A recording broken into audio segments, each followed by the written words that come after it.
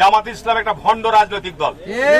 আমার লজ্জা হয় যে এদের মতো একটা বিরোধী দল আজকে সংসদে, সরকারের বয়স হয়েছে কয় মাস, মাত্র 2-3 মাস, 4-5 মাস বয়স হয়েছে। বাংলাদেশের একজন বিখ্যাত শিক্ষামন্ত্রী, যিনি বিগত বিএনপি সরকারের আমলে, বেগম খালেদা জিয়া নেতৃত্বাধীন সরকারের আমলে শিক্ষা প্রতিমন্ত্রী দায়িত্বে ছিলেন, নকল নামে যে অভিশাপটি ছিল সেটি উনি মুক্ত করেছিলেন। ঠিক না বেঠিক বলছি? আজকে বাংলাদেশের শিক্ষা ব্যবস্থায় গত 10 বছরে একটা জাতিকে ধ্বংস করতে হলে শিক্ষা ধ্বংস করে দাও। শেখ হাসিনা জাতিকে ধ্বংস করে গেছে, সর্বক্ষেত্রে ধ্বংস করে গেছে।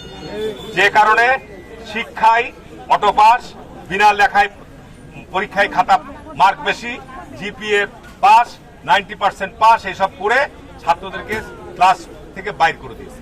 যার ফলে আজকে মাননীয় শিক্ষামন্ত্রী ছাত্রছাত্রীদেরকে ক্লাসে নিয়ে যাওয়ার জন্য যে উদ্যোগ গ্রহণ করেছে, আজকে দেখা যাচ্ছে যে বিরোধী দল কোনটার জন্য বিরোধিতা করতে হবে, কোনটার জন্য জনগণের কাছে দাবি দেওয়া দিতে হবে। জামাত ইসলাম একটা ভণ্ড রাজনৈতিক দল। আমার লজ্জা হয় যে এদের মতো একটা বিরোধী দল আজকে সংসদে, যারা 71-এ মুক্তিযুদ্ধের বিরোধিতা করেছিল, যারা এদেশের মানুষের মা বোনদের ইজ্জত লুণ্ঠন করেছে, এরকম একটি রাজনৈতিক দল আজকে বিরোধী দলের দায়িত্ব পালন করছে। এবং এদের কাজ কি? যে আজকে শিক্ষা ব্যবস্থার পরিবর্তনের সরকারের সহায়তা না করে জামাত ইসলামী উস্কানি দিচ্ছে অছাত্রদেরকে। এই অছাত্রদেরকে আজকে জামাত ইসলাম উস্কানি দিচ্ছে। ঠিক না বেঠিক বলছি? এই এনসিপি যারা পরিবর্তনের রাজনীতির কথা বলছে, তারাও আজকে এই অবৈধ কর্মকাণ্ডের পিছনে তারাও ইন্ধন দিচ্ছে।